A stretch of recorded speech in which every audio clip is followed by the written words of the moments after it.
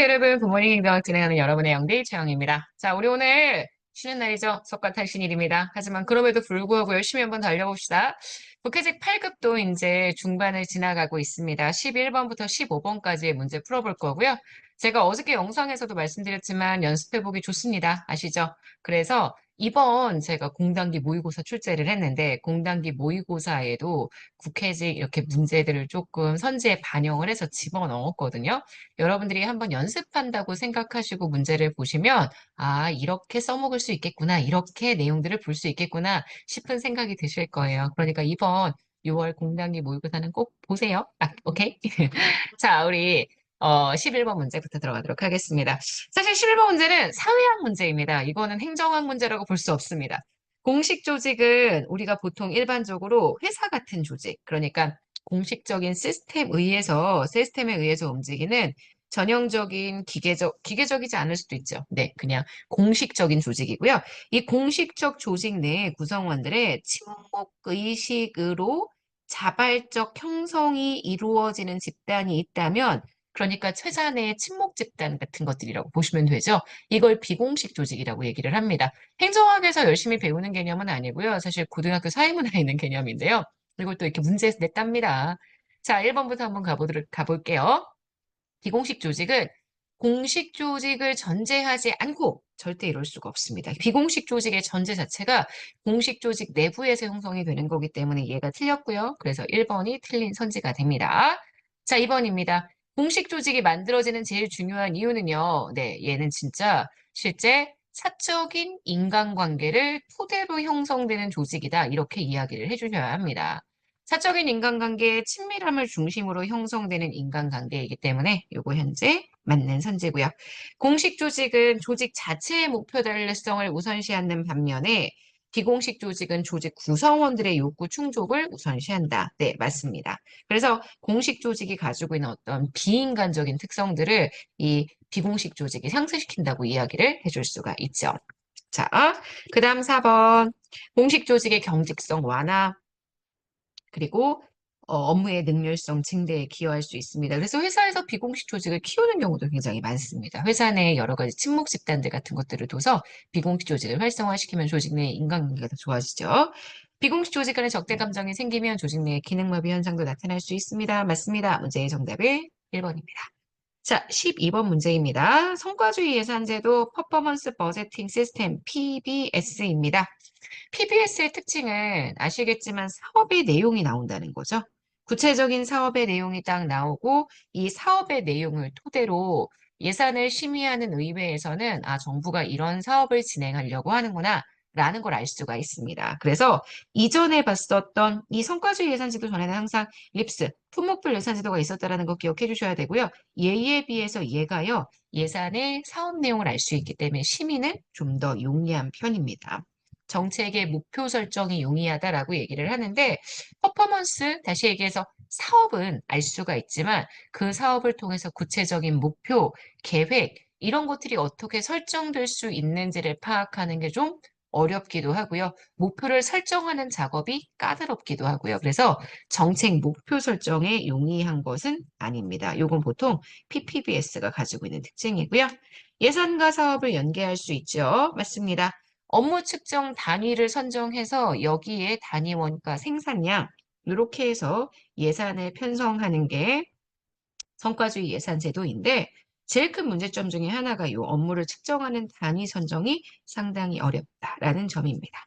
품목별 예산 제도에 비해서 사업 관리가 좀 쉬운 편이고요. 사업에 대한 관리가 좀 더 용이한 편입니다. 그래서 PBS가 관리 지향형의 예산이다라고 슈크는 이야기를 했죠. 사업의 성과를 파악하는 예산 제도이기 때문에 성과를 측정할 수 있는 방법을 고안하는 게 중요한데 아시겠지만 현금주의는 수입과 지출로만 사업의 내용을 파악하다 보니 사업의 성과, 퍼포먼스가 얼마나 달성되는지 여부를 확인하기 힘듭니다.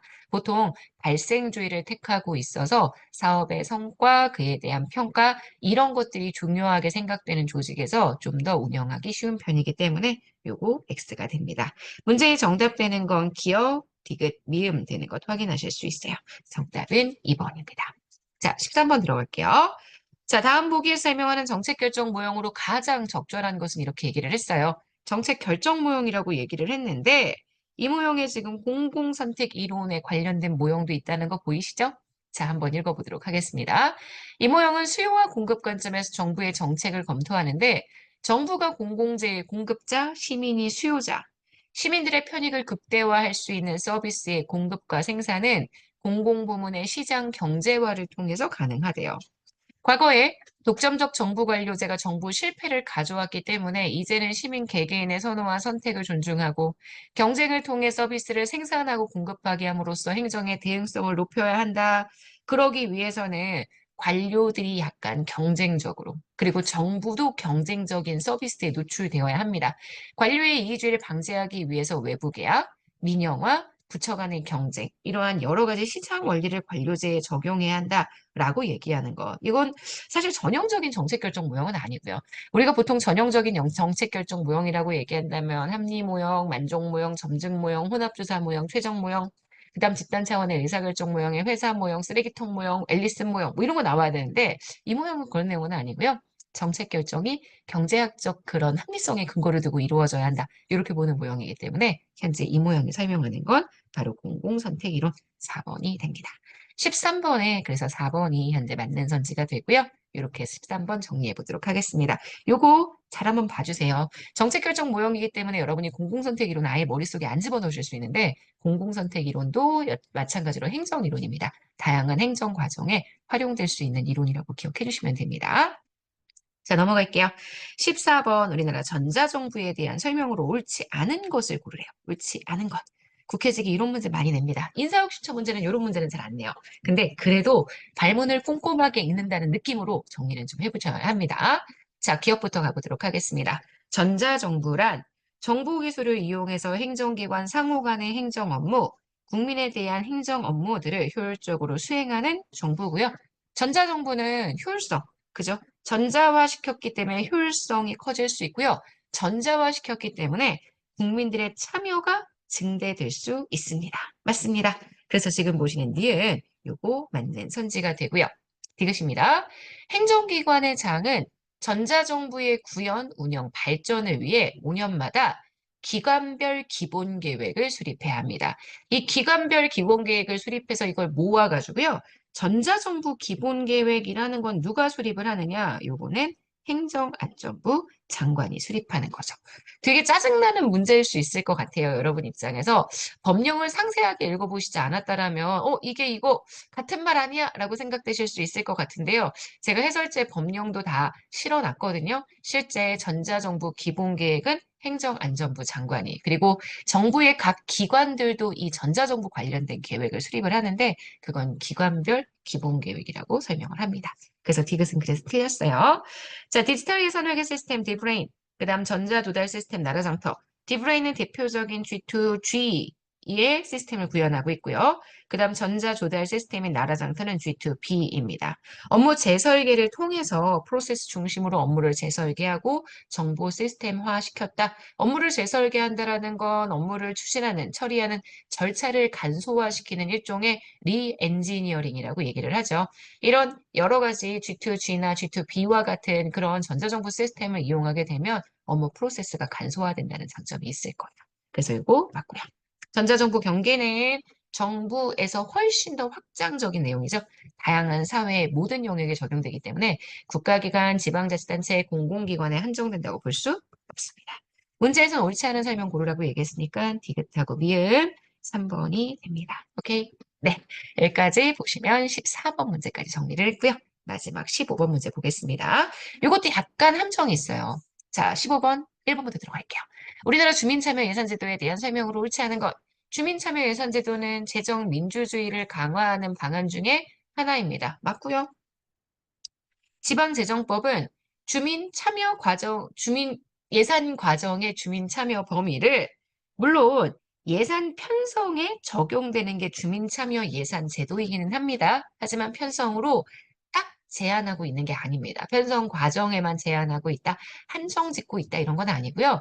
다양한 과정에 주민들이 참여할 수 있는데 예산 과정에 참여할 수 있는데 특히 주민 참여 예산 제도를 통해서 예산 편성 과정에는 반드시 참여할 수 있도록 법으로 규정하고 있다. 이런 의미로 해석을 해주셔야 합니다. 그래서 실제 국가재정법의 여러 가지, 아니 지방재정법의 내용들을 보게 되면 예산 편성 과정을 포함하지만 편성 과정에 한정하고 있다라고 얘기하지 않기 때문에 2번이 틀린 선지가 됩니다.